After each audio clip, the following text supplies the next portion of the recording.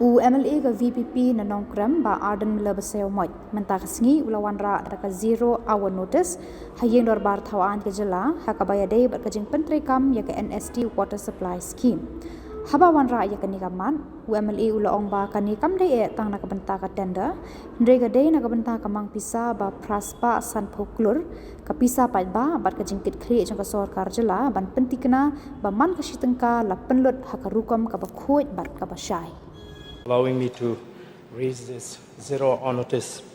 Sir, this is not merely a question of a tender, sir.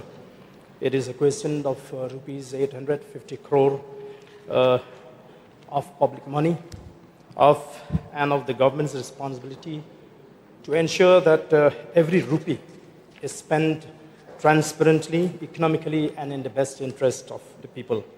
So I feel that the government cannot simply say that a tender has been floated, therefore everything is in order. The official tender for new Shillong water supply schemes phase 2, part A, valued at about 850.58 crore, was issued on 31st July 2026, with bids scheduled to close on 28 August 2026. Therefore, sir, I feel this is precisely the stage at which this House must demand answers before the contract is awarded and before the state becomes financially committed. So it has come to my knowledge that the government had assured the local contractors association that tender for phase 2 would not be invited in one single package, particularly when the nature of works, several components do not involve highly specialized technical work. So if that assurance was indeed given, the government must explain why the project is now being tendered in this manner. So a single massive package can have the effect of excluding otherwise capable local contractors who may not have the financial or technical capacity to compete for the 850 crore contract. The issue, therefore, is not whether local contractors should be given an unfair preference. The issue is whether tender structure itself is unnecessarily restricting competition.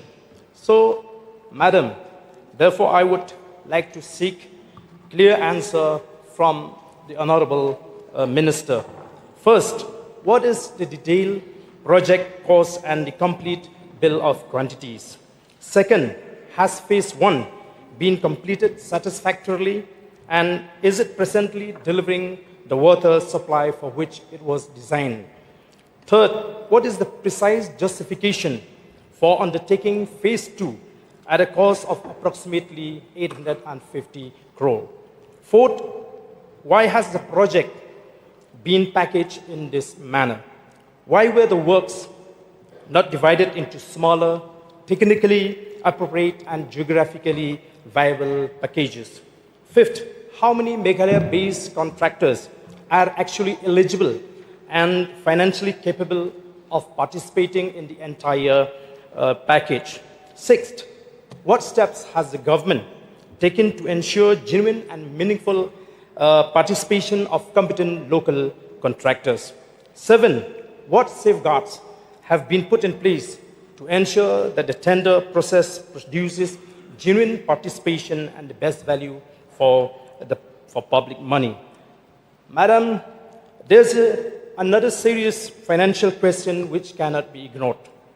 The government has acknowledged that pending bills of contractors implementing Jal Jeevan Mission have crossed 900 crore. If the state government is already carrying such a substantial payment burden, the government must explain how it proposes to finance another project of approximately 850 crore without creating further financial stress. Madam, 850 crore is not merely a figure in a tender document. It is the taxpayers' money.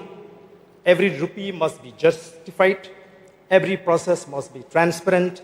and every contract must deliver value to the people of Meghalaya.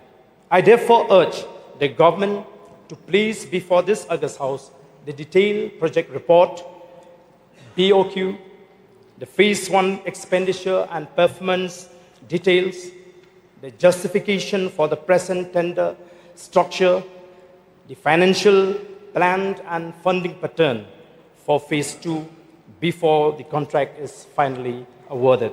Failing which, Madam, I strongly feel that the department has to cancel this bid and go for retendering in order to be able to address all these concerns. Thank you, Madam.